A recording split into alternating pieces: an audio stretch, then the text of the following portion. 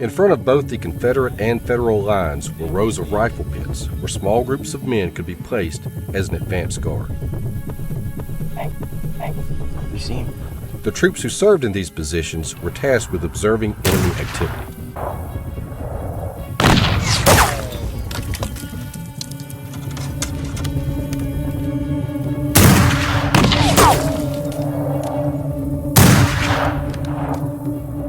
The siege of Fort Blakeley was a 24-hour-long firefight for a solid week.